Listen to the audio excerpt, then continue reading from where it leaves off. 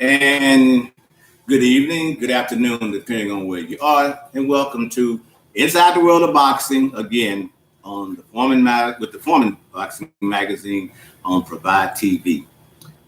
This is Fight Week again in New York.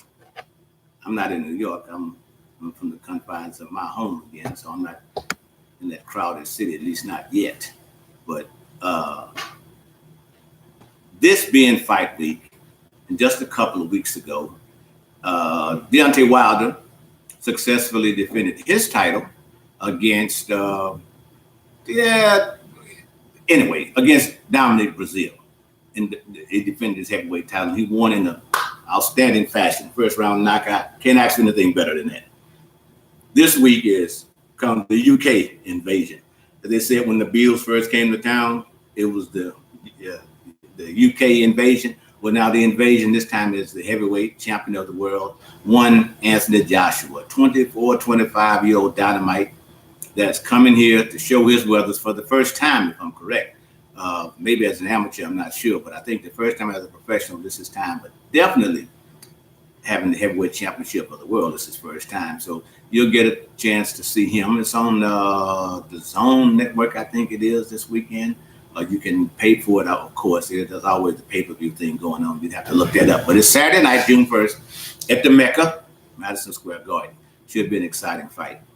But since this is the week of this fight, I decided, and normally, Rob Scott again is with me, but Rob is in New York, and he's covering for the IBF, and is beyond other things that he does with the credentials and everything else. So he's actually in New York, and hopefully he can call us while he's en route on his way back here and give us some update about what took place. But if not, I'm going to talk about boxing for the next 50 minutes or so.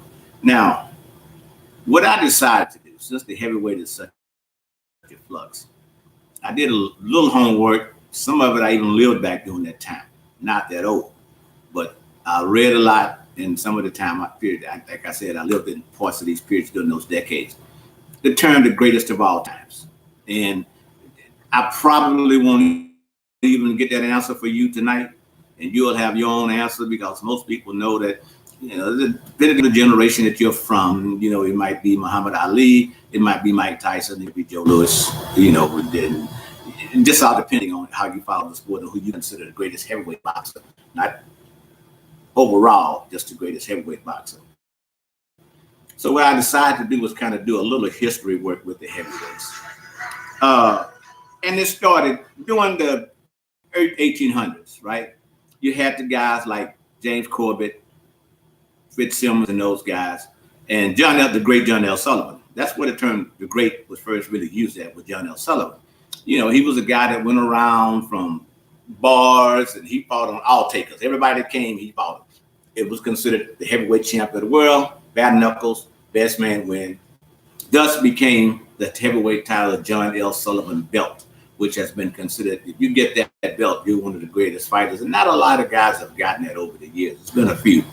But up until that period of time, John L. Sullivan was considered the greatest fighter of that period. Thus, the great John L. Now, because at that time, like everything else with sports, the black boxer was kind of eliminated from participating, fighting the white fighters. It just didn't happen. They felt, well, either it was whether it's a competitive thing, it's hard to say, but evidently it was a financial reason as well, because along the way, there was always that fear of, if a black guy got it, we can't get it. We'll never get it back. Thus, in the 1900s, comes this big guy, the Galveston Giant, Jack Johnson, who I'm going to talk about for the next few minutes. Jack Johnson came onto the scene, and I like to use the term with him. He was a barnstormer. That's what he was as well.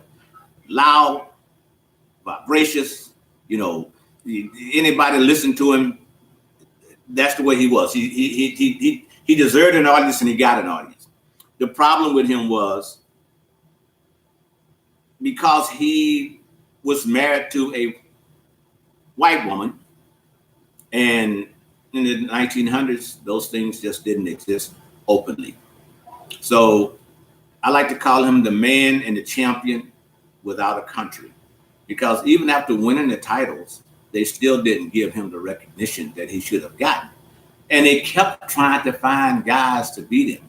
Jess Willard, a bunch of other nondescript names, but they couldn't do it. Now, because of an act that was created called the Mann Act, Jack, and if you don't know what the Mann Act is, maybe you can look it up and read a little bit more clearly. But it basically said was, if you took a white woman across the state line as a black man for the purpose of having sex with that person, you were going to be convicted. Now, this was his wife, not just any woman.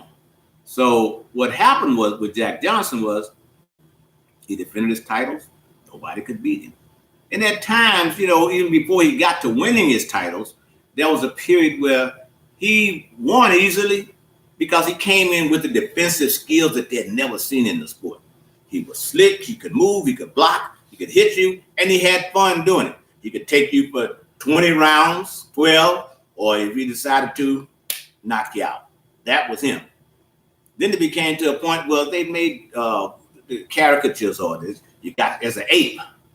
Here's a guy that, he's not human because we can't beat him. So it became a thing sometime where he won when he lost, if that makes sense. And I guess by that is I'm assuming there's probably some betting going on. Well, a guy would come in and say, well, look, I'll bet that, the white guy wins. There's the movie, I think it's James Wood said with Lou Gossett said, who do I bet on? The guy said, bet on the black guy. That's just the way it was. So sometimes he had to lose in order to win. Jack was a man without a country, but he finally gets a chance to fight for the heavyweight championship of the world. Of course, he wins it. And then, again, he goes on doing all these different things and trying to secure the title and become one of the greatest boxers in the world. He went to Cuba, London, Australia. He traveled all over the place. People there may have celebrated him, but there was no financial boom because everybody knows that the financial boom was right here. So in order to come back, he had to give up a lot. He wanted to see his family, but then you got a bounty on your head. If you come back, they're going to lock you up. That was Jack Johnson. Now, people say to me, well, is Jack Johnson one of the greatest fighters of all time? In my opinion, yes. Because not only did he have to put up with the things inside the ring, but it's the things that took place on the outside. You had guys like who came out, they actually went and got guys out of retirement to come back and try to beat this man. That's how good he was. You had the Jess Willis and the Tommy Burns and stuff, there's guys out of there, but there was no comparison. So finally they was able to get, somebody to beat the guy. And then the light was, from that point on, he became a nondescript heavyweight. It was a thing, if he took a fight, he was a sideshow. Unfortunately, his tragic death, he died, I think, in 1946 from a car. He loved fast cars. He had a thing for women in fast cars, which I think I understand. I'm starting to understand why most heavyweight champions get that thing from. Not only did he pass along his defensive skills and legacy, but the thing of when you become champion, hey, you got to have everything fast. You got to have the pretty women that goes along with it and the clothes and everything else. Jack was a very sharp dresser, intelligent guy. He played the buffoon. There was a play in a movie called The Great White Hope that by forget the actor name, the guy Darth Vader, the guy who played Darth Vader is who played the role. And how can I forget his name? I don't know why. But that was the guy that played the role. James Earl Jones. Great movie. But I think what I didn't like it, they kind of tried to portray him in a buffoon way to a point, being a very angry guy, which he probably deserved to be within. But at the same time, he was a jolly giant. He's from Galveston, Texas, right outside my hometown in Houston. And I got a chance to meet some of his family a few years back. They just named they actually had been named the street, and they put a statue of him a couple of times. They just finally did it the right way. And President Trump this past year gave him a full pardon, which was way, way overdue. But that was the term, the greatest part of the part of the second act, I should say, of the greats. Then you got on into the 1920s. You had other guys who came along. Uh, Max Melling, Primo Canera, a bunch of other nondescript, heavyweight fighters, but they were still there. Then I was Jim Braddock. I don't want to forget him because he was also one of the greatest during that times. But then in the 30s, the late 20s, early 30s, come this guy named Joe Louis Barrows, who came out of Alabama originally. I think he moved to Detroit, but he came out of Alabama originally. He went to the military, served in the military, did all the things that people thought. Joe Louis became, I would say, probably the first or second sports hero behind Babe Ruth in this country in particular, probably around the world, because baseball was at that time was only played here, whereas boxing was done around the world. So in Joe Louis' case, I would say he probably became one of the first international sport celebrities. And over the next 12 years, he would control the sport of boxing. I think he had something like 25 title defenses, most by knockout. His closest fight that he came to losing prior to that may have been with a little slick boxer who gave him a hard time, the light heavyweight champion, Billy Conn. And gave him a slick time because he was, elusive and he did everything. But he made the one mistake that a light heavyweight shouldn't do, is that get too close to a heavyweight. Of course, he got knocked out later on because he decided he wanted to challenge Joe Louis, thinking that I've been boxing him for the last 10, 11 rounds. If I just get close enough to him, I can knock him out. Joe waited patiently, and that's what happened. But Joe Louis ruled the heavyweight division for the next 12 years. And that term then, Joe Louis is the greatest of all times. Then 1940s, you had guys that came in, Jersey Joe Walcott, Ezra Charles, Rocky Marciano. Now, Rocky Marciano was from Brockton, Massachusetts. Brockton Bomber, I think that's what they called him, or something like that. But the guy had power in both hands. He could punch like crazy. He basically destroyed the heavyweights after Joe Louis finished his reign as a controller. I'm not talking about a guy that took the belt, had it for a year, lost it, those kind of things. So Joe Louis did come back and try. I think he fought as a Charles for the belt again, but by that time he had retired. He just wasn't the Joe Louis that he had been prior to that. And if you read his books, he talks about some of the situations, problems he had, the drugs and alcohol and stuff. And again, women. Joe Louis ran into a financial situation because he was a giver more than a taker. And he donated money to the military. Like I said, he went to the military and donated his time. He didn't fight, but he donated his time in the military. And people, as a goodwill ambassador, going around to meet the troops, and it was just a great thing. What happened to him, I think, was a complete letdown to a lot of people that followed the sport, and especially the African-American athlete or person in this country, because they could not believe a guy who was such a hero that people let him fall into the situation of being having a financial stress where he did everything that he could to build up the sport of boxing and help people. But hey, that's sometimes the nature of this beast, is that we tend to like it when it's up here, and when it falls here, very few people want to be bothered with it. But guys like Frank Sinatra, Sammy Davis, Dean Martin, and those guys in Vegas kind of took to him, Joe. They remember the things he did.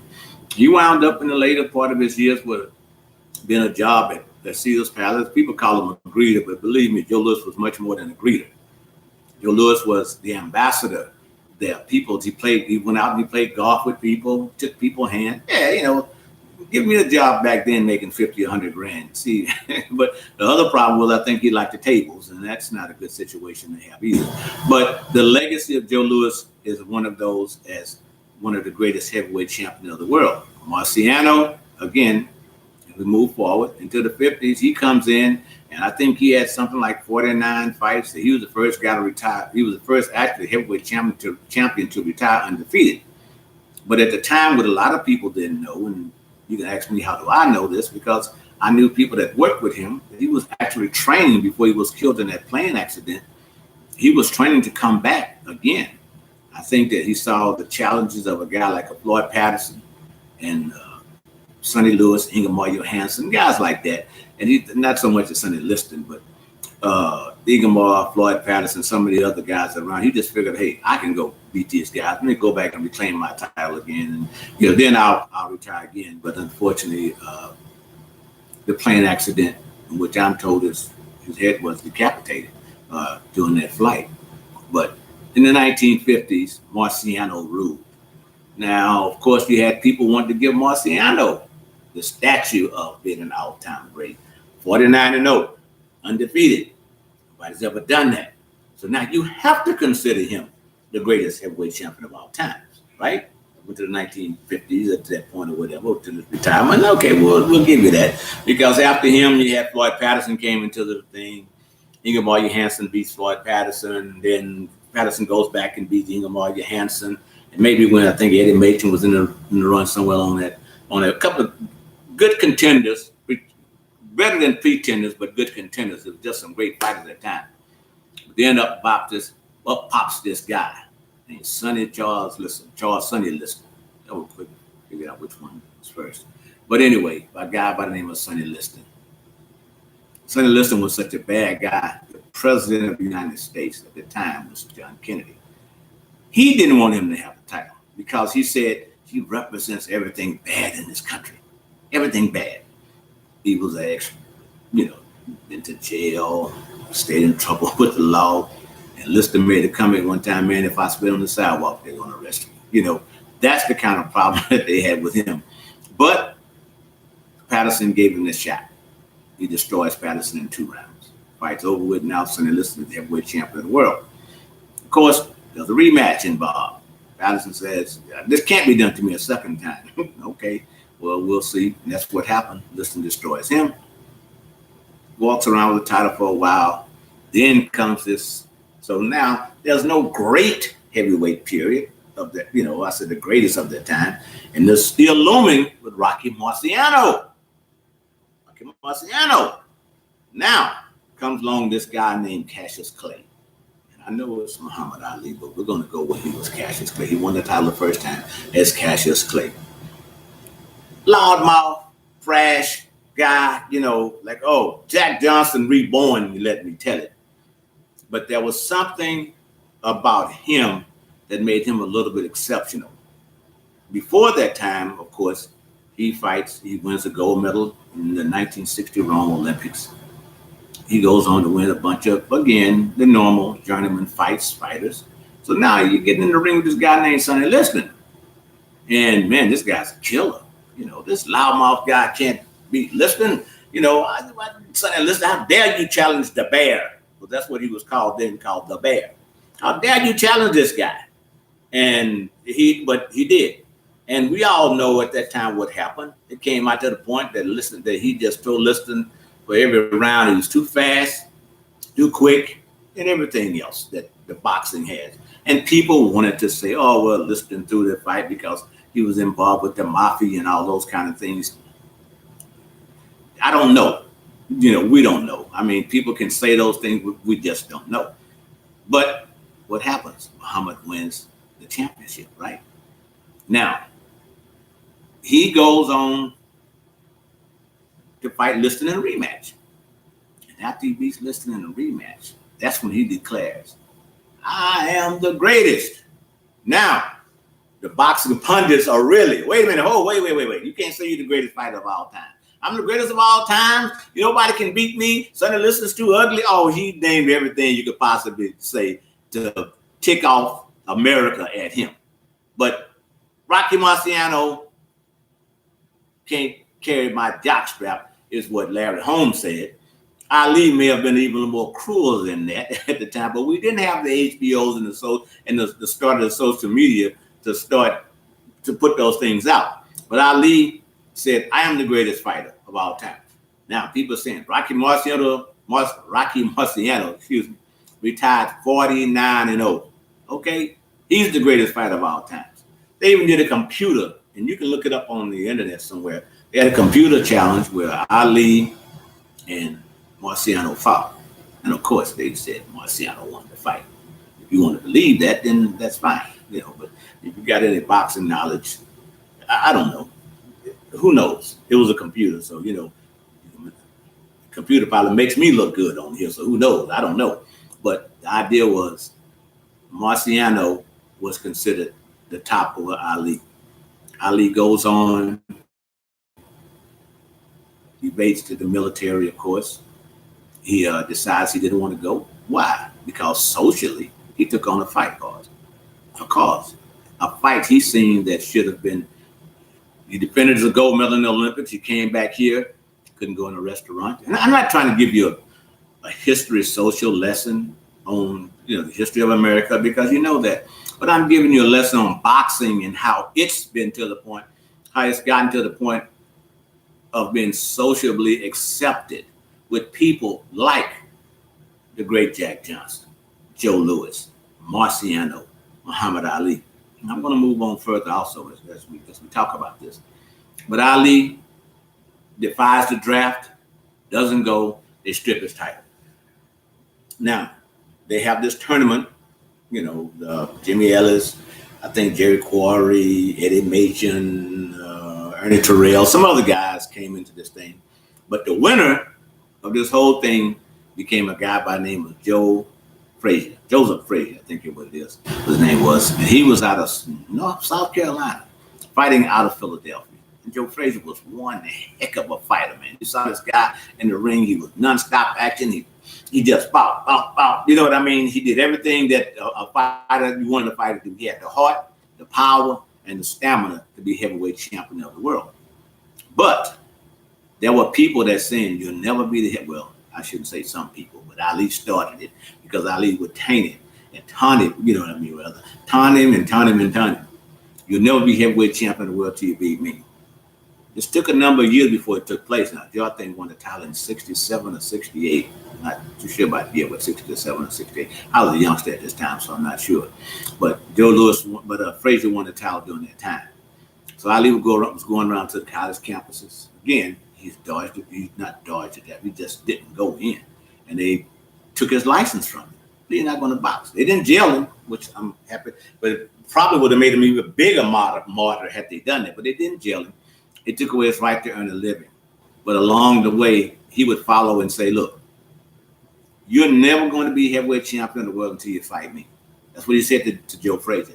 Joe Frazier, being the kind of guy, could have said, hey, you know what? I don't have to, you're not into boxing anymore. I'm the heavyweight champion of the world. But I think Joe took it a little personally. So from a personal standpoint, Ali was having financial troubles at the time. Joe Frazier went to the State Athletic Commission and asked him to give Muhammad Ali a license. In between that, the Supreme Court had ruled that he could box again because you could not deny a man a living. Ali's statements had just become so controversial because he used the term, no Viet Cong ever called me no nigger. That's the term he used. Now, whether you were an American, if you're an American, a Black American, white American, Asian American, I'm hoping I'm using the term correctly, Hispanic, Latino, whatever you are, if you're an American, you're an American. If you felt insulted by, and if you were in the military, maybe you felt insulted by the fact that how dare this guy not take the chance to defend this country? He's not going to fight. They're going to let him tour around. But Ali's thing was, if I go and represent this, that means I'm still standing in for what I think what is wrong. He didn't go. So they stripped him. He made little money just speaking and engaging in the colleges and doing other things, making TV appearances, but he kept his image out there. So finally, it was the fight of the century. But this was actually the second fight of the century because if I remember correctly, I think Jess Willard and Jack Johnson was the first fight of the century back in early 1900s. But in 1971, they made the fight of the century. Joe Frazier and Muhammad Ali for it all, right? Ali had come back. I think he beat Jerry Quarry in a fight and maybe a couple other guys. I can't really remember the exact names, but he beat a couple of guys in some fights. And Joe Frazier said, I'll give you a chance. Now, Joe Frazier had helped Ali financially, helped him get his license and everything else. And one day while they were in the car, was sitting in the car with him. He told Ali what he would do is help Foreman and help him and do all this stuff.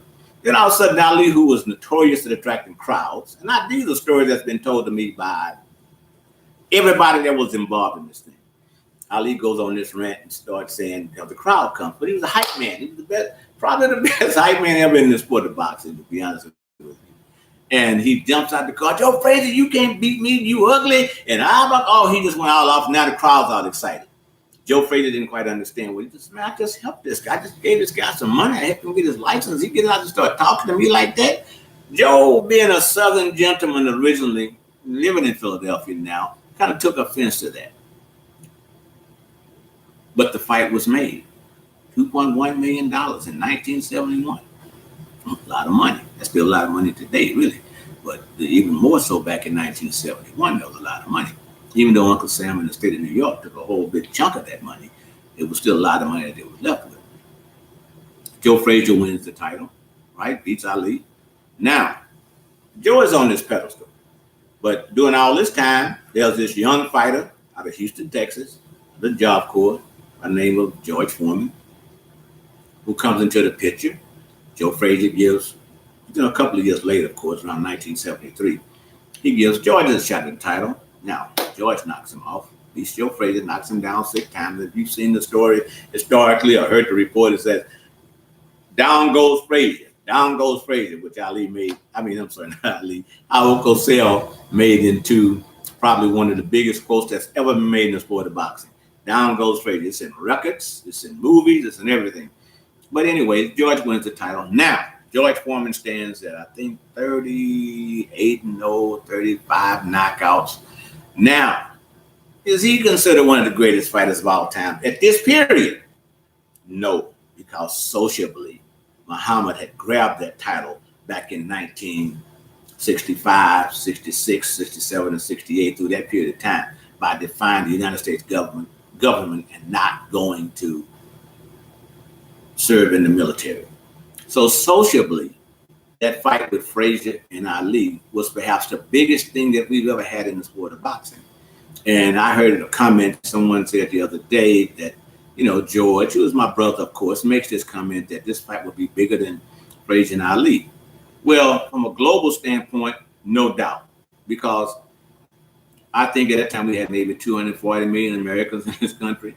Now there's something like 330 million. Boxing is so global now. If you wanted to see a fight back in the 70s, a big fight, you had to go to the closed circuit TV. You had to leave home to see it. Now it's just a matter of touching the button on your computer, the television, the cell phone, whatever it is you want to watch, and you are going to see. So from a social standpoint, I don't think anything would ever touch that fight again because things are a little bit different. I won't say that there's no fights to fight from a social standpoint because there are. There's a lot of things to fight. We have an immigration fight, the education fight, and everything else. So yeah, that's something to still fight for. But will it ever take place? Will one like it ever come again? I doubt it. Which brings the fight with Wilder and Joshua, with them being from different parts of the world. Joshua from the UK, Wilder here. That in itself is great. That's what makes it a great match now. The two worlds are going to collide. So numbers wise, the numbers would be crazy. But socially, I don't think that fight will ever be replaced. Don't look for it to be replaced, as a matter of fact. But it was one of the greatest events in the history in the history of boxing. People that, if you like boxing, had nothing to do with it. You was an Ali fan, or you're a Frazier fan. You hated Ali. You liked Joe Frazier. That was the thing about it. Fire and water. Hopefully the water can extinguish the fire. Joe Frazier won. Just in case you don't know that, Joe Frazier won the fight that night. Dropped Ali in the 12th round. It may have been a deciding victory. The decision in the victory, which just showed you how great a fight Ali was, having that set out 3 years. And even though he came out and fought a couple of guys, Corey and I got Bonapina, I think a couple of other guys, but he went 12 rounds with one of the other greatest fighters in the history of the sport, Joe Frazier. And then after, of course, Frazier loses the title to George. Then Ali takes the title back about a year and a half, 2 years later. He takes it back from George Foreman. which is almost Ali won in what 65, so 74, almost. No, he won in 63.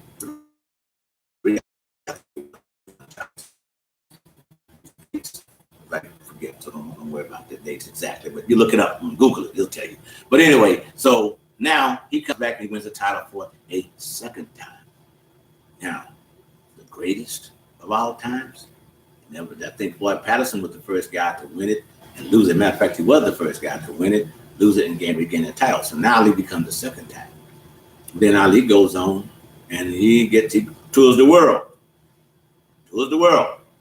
I am the greatest. And people now is stuck on him because he's shown you I beat the killer. George Foreman was King Kong. That's what it was at that period. He was a big guy, 6'4", 217 pounds with muscles of steel. He was a guy that looked like nobody had seen boxing before. You know, he was just that kind of guy. So Ali beats him. Now, Ali has got to be the greatest fighter, heavyweight fighter of all time, right? Well, people say, I don't know about that. He goes on, and then down the line, he fights a young guy by the name of Olympic champion, light heavyweight champion by the name of Leon Spinks. And Spinks beats him and says, hey, man, you got to give it up, Ali. You've been around here too long. And if you knew Ali or was around him, spend time, you could kind of start to see the slippage that was there. I mean, I did. Because as I'm a young kid growing older and having worked for my brother, I'm around these guys, I started to see the slip. And you know at a time that, you know, hey, maybe it is time. You've had some aggression. You've been for the last 20-some odd years. You've been in sports since 1958, I guess. Now you're in the 78. That's 20 years. It's a lot of years to take the pounding and beating that you've taken. You start this rope-a-dope thing, which just added to already what had been done to him, along with the other punches. Spinks beats him rather. And then he comes back a little bit later in the rematch. They go to New Orleans, and Leon Spinks, I was there. Leon Spinks, not to say he didn't care, but if it ever was a guy that enjoyed being heavyweight champion of the world, it was Leon Spinks, okay? The freaky dicky is what he called himself. The man smoked, he drank, and he partied. He took the heavyweight champion to a whole nother level. Now, from that point on, Ali beats him. He's 3-time heavyweight champion of the world until now.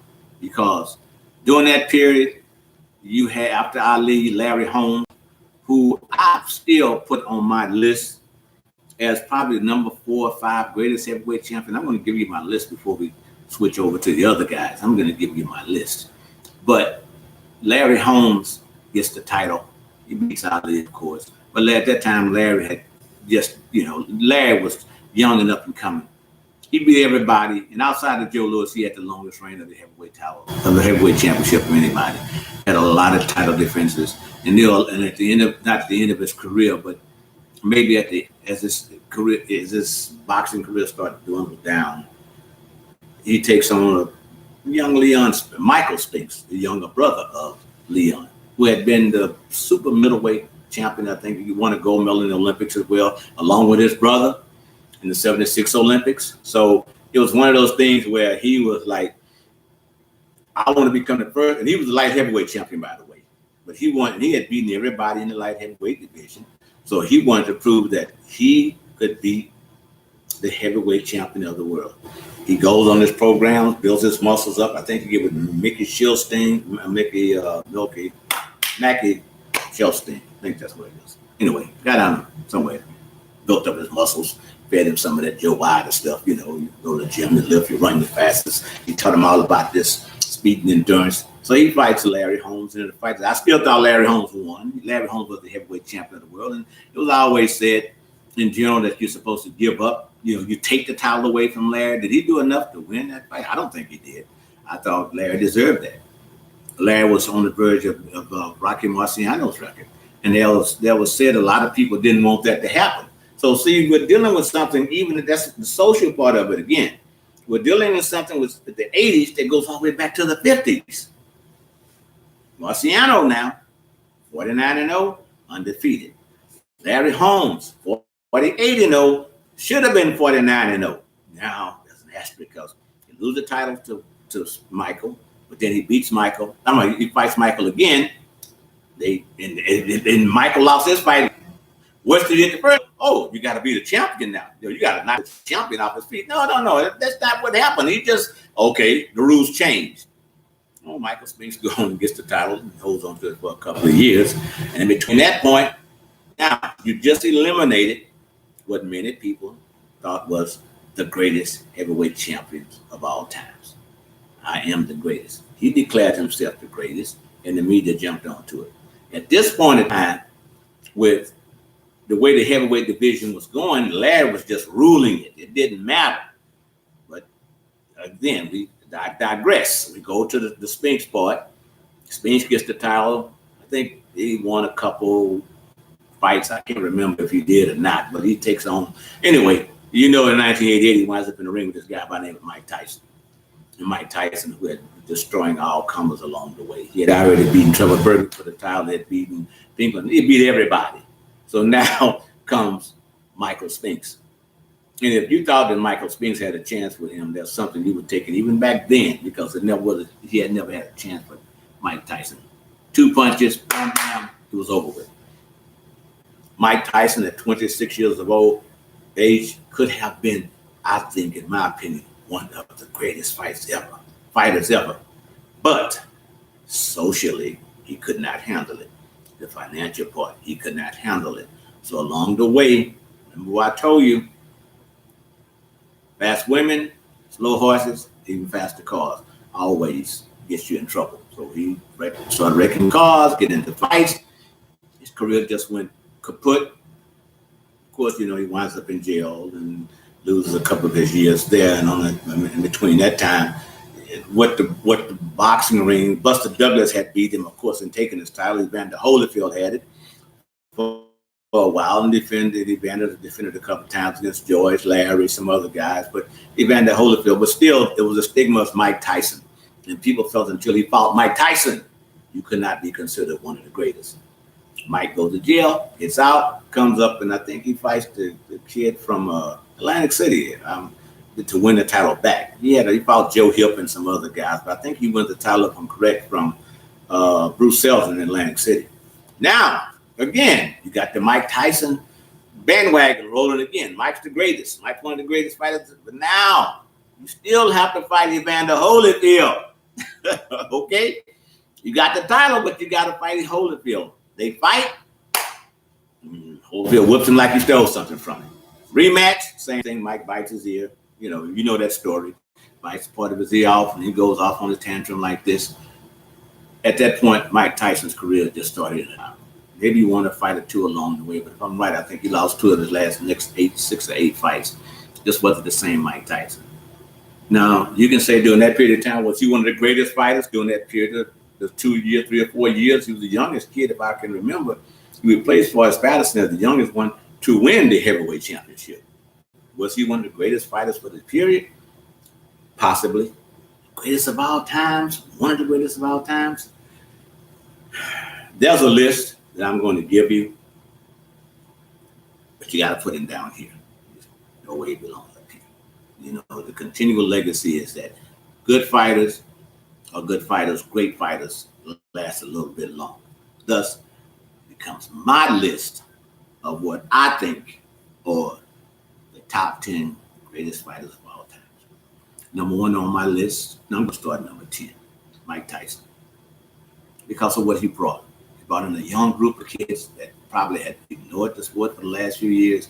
He was young, he was brash, he was in commercials. He dated Robin Givens, a TV star at the time. He did everything that he was in rap videos. He just had it all. Everything that, the youngsters like, Mike Tyson brought to them. Greatest fighter, you still have to put him in there because the guy had tremendous punching power. And until he just lost it all from a sensibility standpoint, I guess, you got to say that he belongs in this top 10 list. Evander Holyfield, number 9, won the title 3 or 4 times, but he lost it, which means you lost it 3 or 4 times. But perhaps one of the greatest warriors ever put on a pair of gloves. The guy backed down from nobody. The man was literally only 190 pounds. He was like Joe Louis was back in his day, 195, 97. He made 200, but he wasn't there. Evander was a light heavyweight, well, super middleweight, who went to light heavyweight, who became heavyweight. So you got to give him credit for that. Klitschko. Yeah. Because he dominated one of the Klitschko. I think it was Vladimir. I'm not sure which one. I always got them mixed up. But whichever one held the title for a long time, one of the Klitschko brothers. You got to give him their credit. Lennox Lewis heads up the bottom part because Lennox won the title, held on to it for a long while until I think pretty much until he just walked away from the scene. He won the title 3 times. But there again, lost. That means you lost it a number of times. In order to win it a number of times, you have to lose it a number of times as well. Great fighter for his era still, because I'm breaking it down to those generations. And that pretty much takes care of the 90s, the early 2000s, the 90s, and up into the 80s. Now, Larry Holmes, best jab you ever seen in boxing. Best jab you ever going to see. I don't know anybody that has a better one to this day. The guy could box your ears off. He moved well for a big man as well. Never was appreciated, but he deserved that number 5 spot. Joe Frazier, I told you earlier, Joe was like 5 feet, a little taller than me, but he dominated. Joyce beat him, size, strength. That's what it took, courage. Joe Frazier had all of that. So Joe Frazier's on my list at number 4. Muhammad Ali, number 3. Sociably, because he took up everything that the world had to toss at him and everything that boxing threw at him. He won. Olympic champion, 3-time heavyweight champion of the world, man of the year, sportsman of the decade, maybe the century. I can't remember. I can see the Sports Illustrated, but he was sportsman of the decade for sure. Probably should have been sportsman of the century if he wasn't. But he was the one guy that transcended the sport socially, where people started paying attention to ideas. But again, he took everything the ring had to toss at him. He took everything the world tossed at him. Number 3. My number 2 guy, Joe Louis. Almost for the same reasons, but a little bit different, because Joe wasn't treated with the harshness of it. He was a black man in America in the 1930s, heavyweight champion of the world. That still wasn't easy, because there was still places that he basically probably couldn't go. They got to the front door. Oh, that's Joe Louis, heavyweight champion of the world. And sometimes, and I got this from Joe Louis, not from people, because he was around me. I was around him with my brother and things over the years, talking to guys like he and Archie Moore and Sandy Sadler and Ray Robinson. Those guys, they did that. My great friend and mentor, Norman Henry, they gave me some stories that were just unbelievable. These guys could still not go in places. The things that they took from people outside of the ring was nowhere near. The ring was their comfort place, as a matter of fact. That was their comfort place. So Joe Louis goes there. But the number 1 guy, I guess you already know who my number 1 guy is, Jack Johnson. Because, what more can you say? He beat you here, he beat you there. He left. He was forced to leave the country, gave up his family, came back, he got his career halfway intact. A lot of people don't know this, but the car that he was killed in was a sports car that was given to him by Henry Ford, because Ford knew that he liked fast cars, and he evidently was an admirer of Jack Johnson. So he gave him that car, and that one car that's how he died. He died in a car wreck. So Jack Johnson, for his social, the last 3 that I just named you was all based on, well, I should say 4, because Frazier falls in that social part as well. But was all based on the social aspect of what made them so much greater. The things that they took inside the ring, the things that they took outside the ring. Now, I didn't include George in that, because, you're going to say I'm biased anyway, because he's my brother. But then, hey, man, what guy won the title in 1973, lost it in 74, then came back 20 years and did it again? You'll probably never see that again. But I have to eliminate him out of that because I'm biased, and I probably say he'd be number 1. But I'm speaking strictly on what I feel about the sport and the people I've met, the stories I've heard, people I've spoken with over the years. It makes that that makes my list. You might disagree. If you do, hey, providetv.com or boxing. You can get the information in and tell me, hey man, you're stupid, you sound crazy. Or if you agree with me, I appreciate that, but I think the list is pretty good. And I know a little bit about the sport. I'm going to quickly touch on a couple of the other divisions in this all-time greatest list, TV show that we're having this evening. I hope you enjoyed it, by the way. If you like to listen to a person just go on, then I'm doing a great job with this.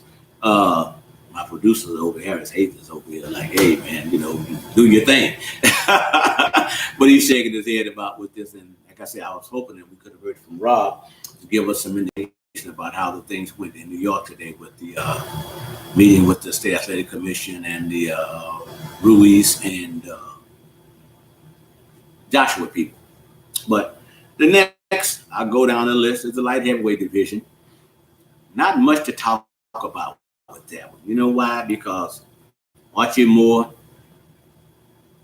Michael Spinks, Bob Foster. Need more? Say more. The only guys that ever beat those guys were heavyweights. Bob Foster never lost his title, light heavyweight title. Michael Spinks never lost his light heavyweight title. Archie Moore never lost his light heavyweight title. So it took heavyweights to beat those guys. That's the list. Foster number 3, Spinks number 2, Archie Moore, 175 fights, 137 knockouts. Hey, call it what you want. That's what he did. Middleweights, almost the same story, but you had guys.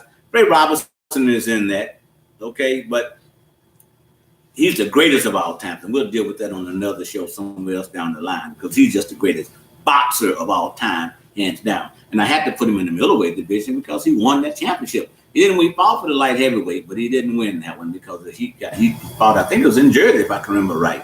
And he just got too much. He was a little guy who put on this weight. He just overcame him, and he lost the fight. Let's say it like that. That's about the only time he didn't win that in the heavyweight. So Ray Robinson with Marvin Hagler, Benvenuti, another great one as well. But the other category, other guys were just there. Hagler beat them all. Ray Leonard, you put him in there as one of the greatest fighters of all times, and he beat Marvin Hagler in a very controversial decision. But overall, Marvin Hagler, to me, was perhaps the greatest middleweight in the history of boxing, as far as I'm concerned.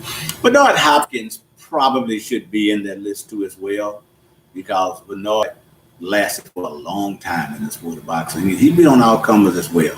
So I should go back up when in the light heavyweight division, but Bernard was in the middleweights. If you remember that, he started out in the middleweights. So he moved up. So Bernard Hopkins probably belongs on that list as well, but it is hard not to be, and I'm not ignoring him at all, but I know when you look at the overall sport as far as the people that dominated their weight, Marvin Hagler has to fit into that category. He's the one. Now, the welterweight gets a little bit tricky, right? Because Ray Robinson was there too, greatest of all time, as I said again. The younger people are going to say Floyd Mayweather because Mayweather retired, fell 49-0 from boxing. I don't count that fight with that wrestler guy, whatever they do, that MMA stuff. I don't count that. 49-0 as far as I'm concerned. So the younger people, and because of social media, they're going to say that, Floyd Mayweather was one of the greatest. But that list includes guys like Tommy Hearns, Ray Leonard, of course, Pernell Whitaker, who I think 3-2, somewhere in the neighborhood, Pernell Whitaker. But then you had guys like Barney Ross, Mickey Walker. You got to follow the sport to know these guys I'm talking about. So if you like boxing, grab a book somewhere. Grab an encyclopedia. Oh, no, look how old I am. I'm saying encyclopedia. Grab the Google thing or whatever it is you do. Talk to the Siri. Yeah, that's what I should say. Talk to the Siri people. And then, you get an idea. But get these names. Barney Ross, Carmen Basilio, Emil Griffith, Alexis Arguello, as I said, Hearns, Ray Leonard. These were great fighters. All these guys were great fighters. And it's kind of hard to say, but I have to put Ray Robinson above every last one of those guys. This man had speed, footwork, agility, instincts that nobody in the sport of boxing had ever seen. He danced. He did it all. He was an actor in between all this time. He acted in little movies. Yeah, he ran his businesses up in Harlem somewhere. The guy was just extraordinary. Ray Robinson, to me, the greatest fighter of all times. But we're just talking about the welterweight, so I'm going to cut it off there because I want to give you the schedule of the upcoming bouts and talk about a little bit about the guys of today. But even though we'll be talking about them for a long time to come, I just had to give you this list of what I consider the all-time greats. And in my order, maybe not necessarily the same order, but I got Pernell Whitaker, Emil Griffith, Carmen Basilio, Kid Gavilan, Hank Armstrong, Ronnie Ross, Mickey Walker, Alexis Arguello, Tommy Hearns, Ray Leonard, of course, the number one guy is Sugar Ray Robinson. That's my thing. And we'll deal with the other guys sometime on another show. But before we get out of here, I want to talk about the upcoming fights. Of course, this weekend, we got, again, the British invasion. It's going to be interesting to see what New York is going to be like this week. The last time we had one of the big heavyweights that came in town was Klitschko. He fought Brian Jennings out of Philadelphia, a fighter from Philadelphia. I went into town. It was crazy. It was like a Ukraine. I think that's where he was from. But it was like an invasion, man. I've seen these flags all over. I'd look and see, I'm in New York. I am over in that part of the world. Well, that's what it was like. And I got a feeling that New York is going to become New Britain this week. Especially come Thursday, Friday with the weigh-in and Saturday night of the fight. But Andrew Luis, I think, deserves this opportunity. He's been there. He's been around for a while. He was given this shot because Anthony Big Baby Miller, hey, for whatever reasons, he's not getting it because he tested positive for an illegal drug and illegal substance, I should say. So he's missed his opportunity, at least for now, to fight for the title. New York's going to be something this weekend. I look forward to seeing it and being there. Errol Spence and Porter had signed to fight August the 3rd.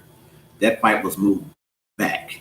It was supposed to be worth it because it looks like Danny Garcia and Mikey Garcia, who just got beat by Errol Spence, are going to fight it's going to be a Fox pay-per-view PBC broadcast instead. So that tells you people thought he lost that fight the last time. Yeah, it's one of those things. But overall, I think the guy he probably deserved the victory, the guy that he fought. But sometimes the name is what gets you there, and they see you more. The more they see you, the better off you got a chance of just obtaining a victory, and he did. So they moved that fight back. No date has been set. They said maybe late August, okay, or sometimes in the fall or winter, or maybe never. Errol Spence wants that mega fight, and the mega fight for him will probably be Terrence Crawford. Or if Thurman goes out and gets lucky enough, or gets fortunate enough, I hate to use the term luck, but gets fortunate enough to beat Pacquiao, or if Pacquiao beats, if I'm a boxer and this is my game, I want the biggest purse. You want the best fighter, at least you're supposed to say that, but you want the biggest purse. If Pacquiao upsets, is it an upset? I don't, should be 41 years old or 40, and Thurman's a younger guy. But is it an upset? I don't know. But if Pacquiao beats this guy, he's the biggest name in boxing again, no doubt. So if Errol Spence is kind of smart, if you haven't signed the deal, wait till after July 20th when that fight takes place. Then jump on board and say, okay, I want to fight the winner out of Thurman. Because Thurman is a fight away from being that back up here again. He dropped off a little level because he turned down some guys that he probably should have fought.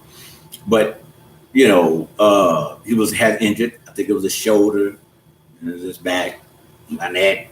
What's the guy like Richard said? The guy said, it's my neck, my back, and my neck. Whatever it was, that was the problem. So, let's hope that the fight still goes off. It looks like it is July 20th on pay-per-view. It should be, I think it's the app. I'm not sure if it's the ESPN app or not, but I do know you're going to have to pay for it. It should be a great fight. Danny Garcia and Mikey Garcia, as I said, that's August the 3rd. Danny had a good in his last victory, so maybe he's coming back in his fans, but it's a fight. It's a cultural fight. Again, you got a Hispanic and a Puerto Rican, and both are proud proud nationality. So maybe they're fighting for something a little bit more than just a couple of dollars on top of that. Thurman and Pacquiao. Then you got Canelo, who's around there waiting for somebody. Will one of the Charlo brothers get a shot at him? I doubt it seriously. The contract he had with the zone calls for a period of time and a lot of money. I don't see them risking that right now with one of those guys. This is unfortunate because even though Charles Jamel is fighting Danny Williams, I forget the kids in the rematch, and a lot of people a fight that a lot of people thought he won. And if he wins that fight, he'll probably have to give him a rematch, which is only fair because he won and won, then you fight again.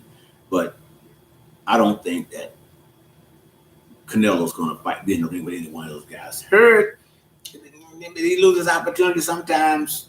The loser goes to spoils because maybe they just said, okay, well, you look bad that night, but you've been doing pretty good. I'll give you a shot at the title. Maybe that'll happen. In boxing, you never know. Terrence Crawford right now is probably the odd man out. Maybe the second or third best name. I'd say the second best name out there. He's the first or second best fighter. Not sure. But so far, he's moved up. And Lomachenko